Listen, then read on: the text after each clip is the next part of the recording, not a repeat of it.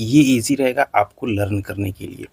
सबसे पहला आप देख रहे हैं silver man has never read browning, यानी कि सिल्वर मैन ने कभी ब्राउनिंग नहीं पढ़ी है। दिस इज एन एग्जाम्पल, तो ये एग्जाम्पल किस चीज़ का है? तो आपको यहाँ पे दिख रहा होगा ये मेटोनिमी का एग्जाम्पल है। अब मेटोनिमी क्या होता है? एक्चुअली ये होता है कि substitution of one term for another, यानी कि एक शब्द को दूसरे शब्द से जब प्रतिस्थापित किया जाता है तो वो आमतौर पे क्या होता है, उससे जुड़ा होता है। तो यहाँ पे क्या कहा गया कि silver man has never read browning. तो यहाँ पे मेटोनिमी का उदाहरण है ये कि सिल्वर मैन ने कभी ब्राउनिंग नहीं पढ़ी है। तो यहाँ पे आपको स्पष्ट ये हो रहा होगा कि जब ये मेटोनिमी हो रहा है तो मेटोनिमी का मतलब जो होता है, हिंदी में अगर कहें तो इसे हम कहते हैं लक्षणालंकार हिंदी में। और एक शब्द को दूसरे शब्द से जब हम प्रतिस्थापित करते हैं ना, तो जो आम तौर पे उससे क्या होता है, वो जुड़ा रहता है।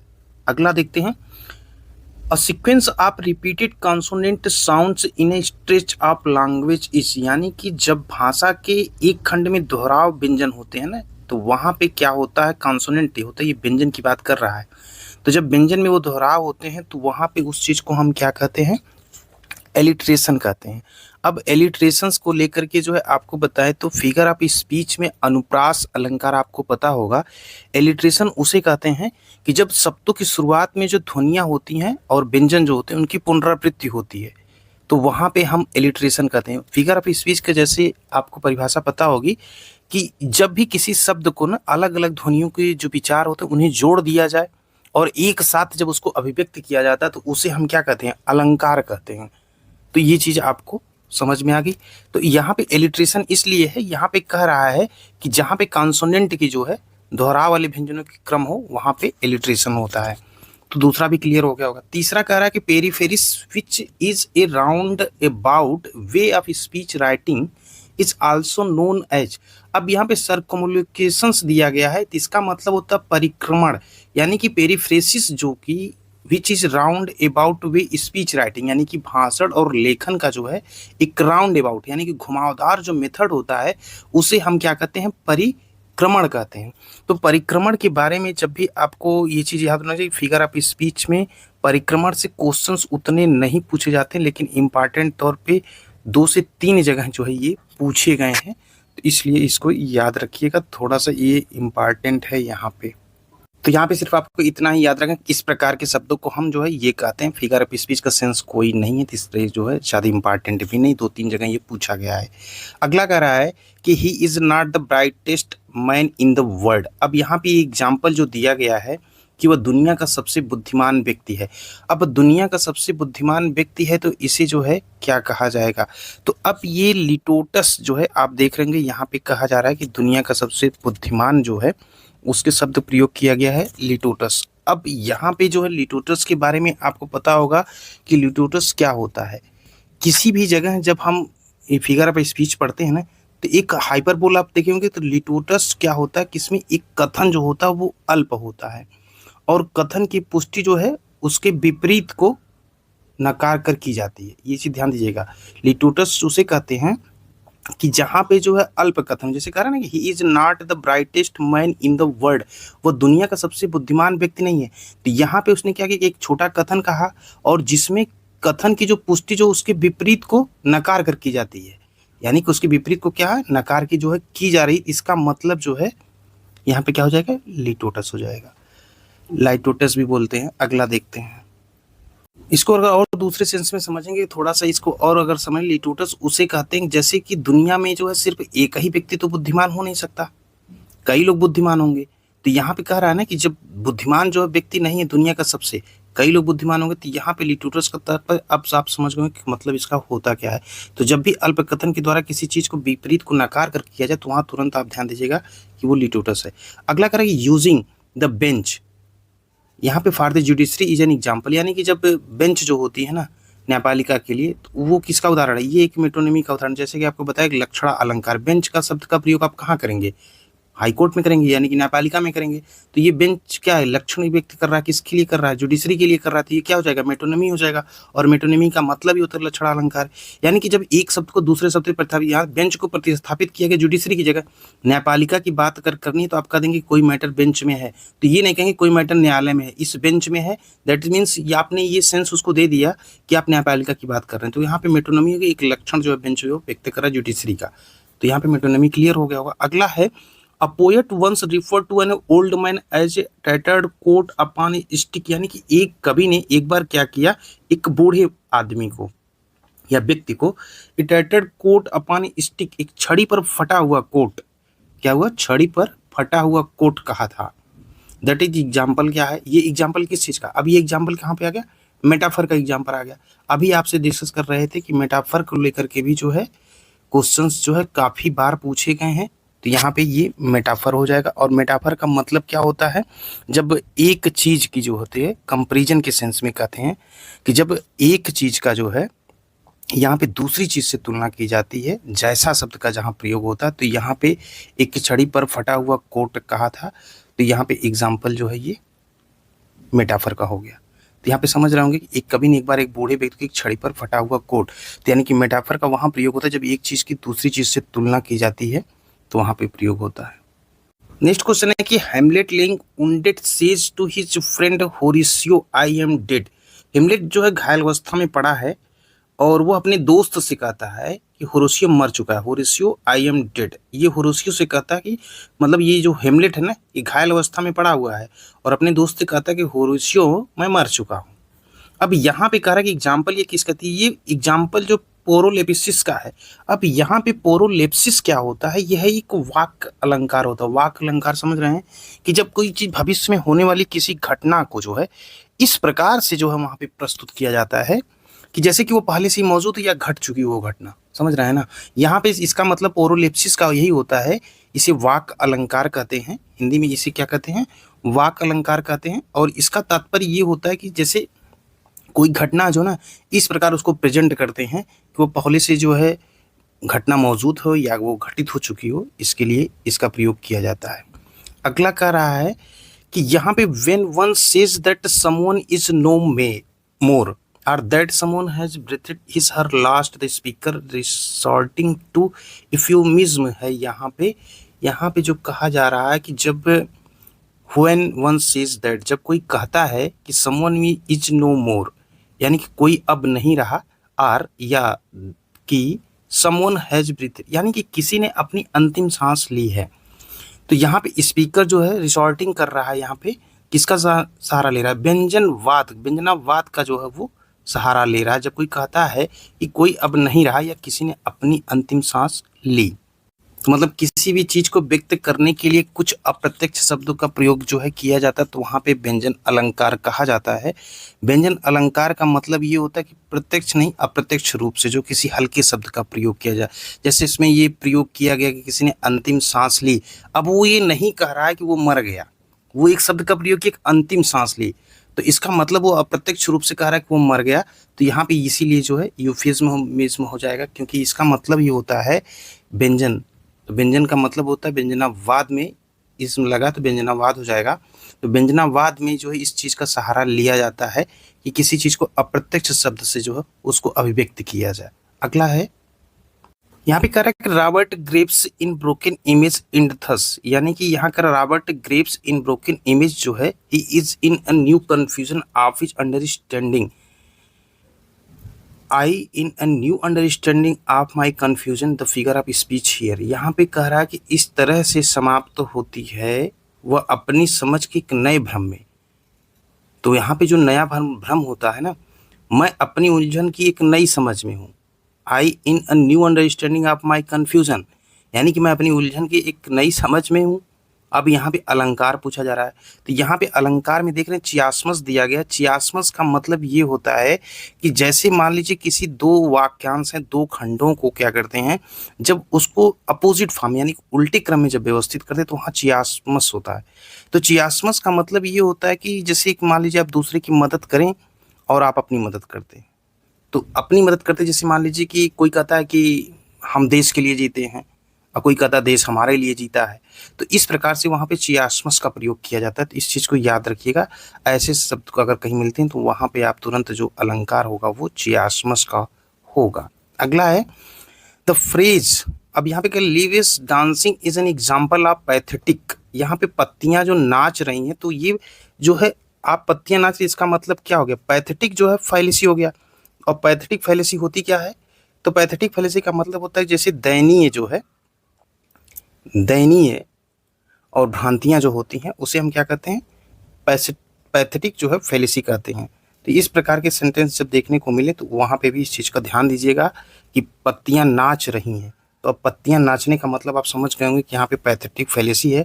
तो जब भी दयनीय भ्रांति जो होती है ना, एक प्रकार के ऐसे अलंकार होते हैं जिसमें नेचर को लेकर के जो है किसी चीज़ को इंडिकेट किया जाता है, उससे रिस्पॉन्सिबल बनाया जाता है। तो यहाँ पे जो है उस चीज़ को इंडिकेट किया जाता है। इसलिए यहाँ पे लिविस का अगर यहाँ पे सन होता तो वहाँ पे भी दिखाया जाता, और बारिश अगर हो रही उसके बारे में अगर इंडिकेट किया जाता है, यानी कि नेचर की बात अगर होती है तो उस प्रकार की जगह पैथेटिक फैलेसी होती है, यानी कि दयनीय जो भ्रांतियाँ होती हैं उसको एक मानवीय भावनाओं को जो है निर्जीव वस्तुओं के साथ जिम्मेदार जब ठहराया जाता है तो वहाँ पैथेटिक जो है यानी कि फैलेसी होती है, दयनीय भ्रांतियाँ होती हैं। अगला जो है नेक्स्ट कह रहा है कि द एक्सप्रेशन। अब यहाँ पे क्या कह रहा है कि मर्डरस इनोसेंस। अब यहाँ पे क्या होता है कि हत्यारी मासूमियत के उदाहरण क्या होगा, तो ये ऑक्सीमोरन कह रहा है। ऑक्सीमोरन क्या होता है ना, एक अलंकार जो इसमें प्रयोग किया जाता है ऑक्सीमोरन में, कोई भी चीज़ जैसे भी अपोजिट फॉर्म में विरोधाभास है वहाँ पे उस विरोधाभास शब्दों को मिलाकर जब उसका एक अलग जो सेंस निकाला जाए, मीनिंग्स निकाली जाए, तो वहाँ पे ऑक्सीमोरन होता है। ऑक्सीमोरन का मतलब यही होता है कि जब किसी चीज़ का जो है विरोधाभास को जो है उजागर करने के लिए जो है कुछ शब्दों को मिलाकर एक अलग अर्थ जब उत्पन्न करते हैं तो वहाँ पे ऑक्सीमोरन हो जाता है।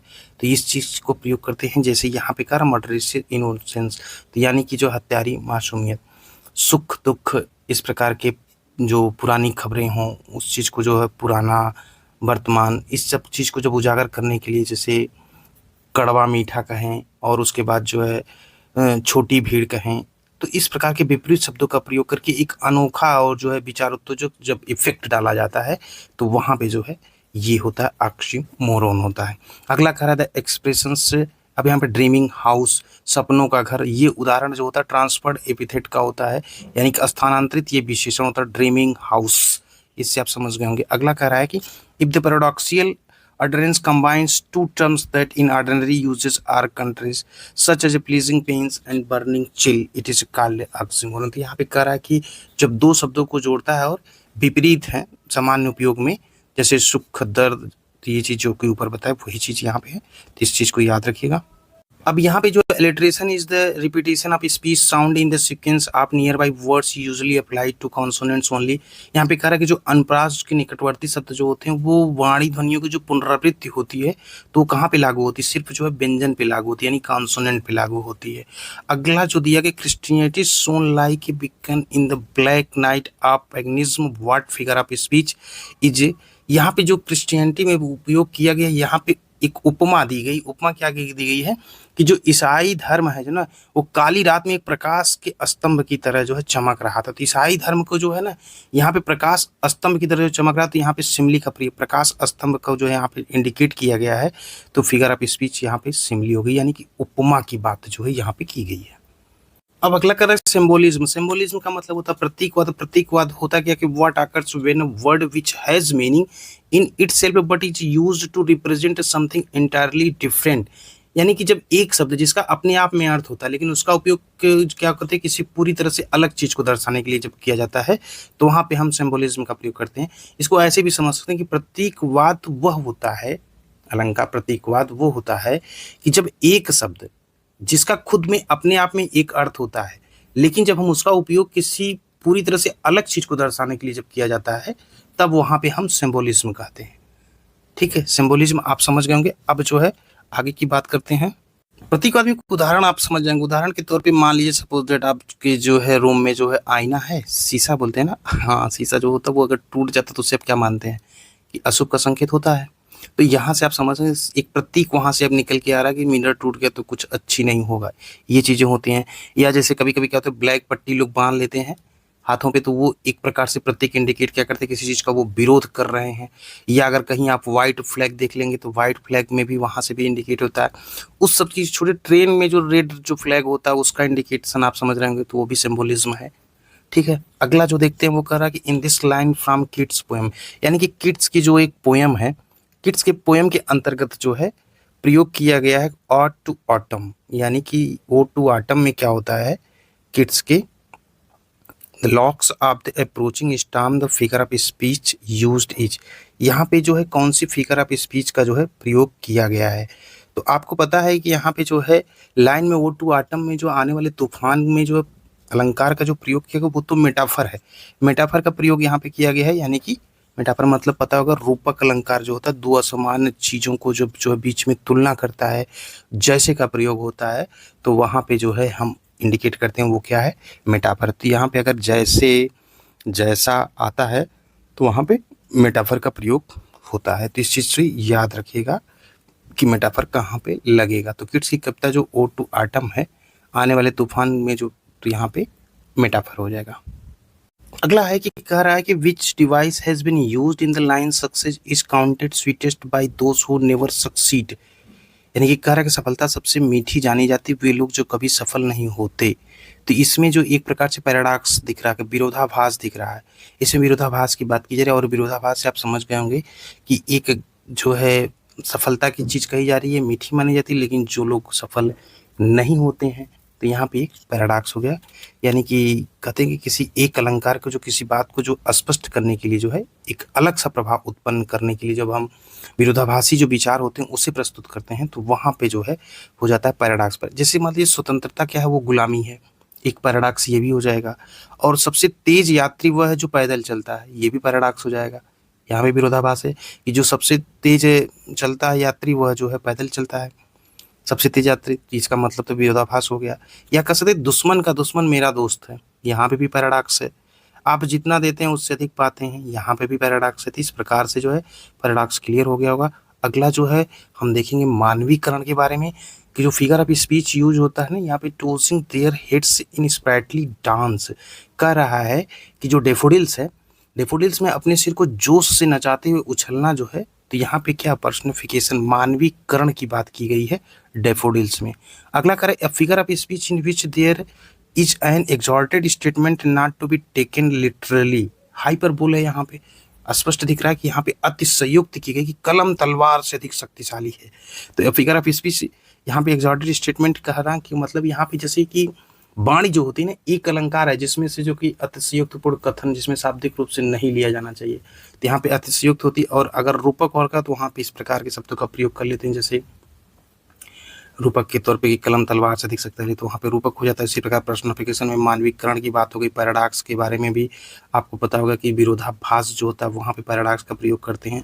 तो इस प्रकार से जो है आपने रूपक के बारे में जाना, प्रतीकवाद के बारे में जाना, उपमा के बारे में जाना, ऑक्सीमोरन क्या होता है वो जाने, उसके बाद जो है भ्रांति क्या होती है, फैलिसी उसको जाने, चियास्मस के बारे में जाने, उसके बाद जो है आपने व्यंजनवाद के बारे में भी जाना, प्रोलेप्सिस के बारे में भी जाना। इस प्रकार से मेटोनिमी के लिटोटस के बारे में, इस सब अनुप्रास जो होते हैं उसके बारे में जाना। अब आपको लगता है कि कुछ आपको ऐसा लगता है जो इम्पॉर्टेंट है, वैसे आपको इम्पॉर्टेंट के तौर पे हम बता दें। देखिए, पर्सनिफिकेशन पढ़ लीजिएगा, हाइपरबोल पढ़ लीजिएगा, उसके बाद मेटाफर पढ़ लीजिएगा, मेटोनिमी पढ़ लीजिएगा, एंटीथेसिस पढ़ लीजिएगा, ऑक्सीमोरन पढ़ लीजिएगा, और एक एलिट्रेशन पढ़ लीजिएगा, और एपोस्ट्रोफी पढ़ लीजिएगा, ओनोमोटोपैया पढ़ लीजिएगा। एक दो क्वेश्चन इससे बनते हैं, वैसे टीजीटी में नहीं इससे बनते हैं। एक पैराडॉक्स होता है और एक जो है लिटोटस होता है, सिमली। ये जो आपको बताया जा रहा है, इतना अगर आप पढ़ लिए तो इसके बाद आप पढ़ें या ना पढ़ें, क्योंकि सबसे अधिक जो क्वेश्चन अब तक पूछा गया है टीजीटी के रिमार्क बताया जाए तो सबसे अधिक आपको क्वेश्चन मिलेगा वो है मेटाफर से, और एक मिलेगा मेटोनमी से, और एक मिलेगा पर्सनिफिकेशन से। इससे सबसे अधिक क्वेश्चन आपको देखने को मिलेगा। इसके बाद अगर किसी का नंबर आएगा मात्र वो दो हैं, ओनोमोटोपैया का आएगा और एक आएगा एपोस्ट्रोफ का। बाकी इपिग्राम, एम्बिग्यूटी, पन, इल्यूजन, लाइज, ये सब जो है मेलाप्रोलिज्म, म्यूसिस, आयरनी, पैथेटिक फैलेसी से बहुत कम पूछा गया। सर हाइपरबोल से जो है पूछा गया है, हाइपरबोल और एलिट्रेशन से, हाइपरबोल एलिट्रेशन से जो है अधिक पूछा गया, जैसा कि आपको बताया। बाकी आप अगर पढ़ना चाहते हैं तो पढ़ डालिए, लेकिन इंपॉर्टेंट तौर पे आप इतना ही पढ़ लेंगे बहुत है आपके लिए। एजोनेंस में मत जाइएगा, पैथेटिक फेलोशिप कम पढ़ मत पढ़िए, कोई दिक्कत नहीं होगी। सिंबोलिज्म के बारे में जानिए क्या होता है, एपिग्राम्स क्या होता है इसके बारे में नहीं पढ़िए, मालाप्रोलिज्म क्या होता है, म्यूसिस क्या होता है, आयरनी क्या होता है, एल्यूजन्स क्या होता है, एम्बिग्यूटी क्या होता है। इतना ज़्यादा उसमें से क्वेश्चन नहीं, मैक्सिमम क्वेश्चन जो आपको बताया गया ना उसी से आपके आ जाएंगे। तो कुल मिला के आपको 10 ठो है, जिसमें से आपको इस वीडियो में वो मिल गया होगा, बाकी आपके ऊपर डिपेंड करता है। लेकिन कंप्लीट तौर पे जो है अगर आपको फिगर ऑफ स्पीच जाननी है तो जितना बताया गया बस इतने को आप लर्न कर लें।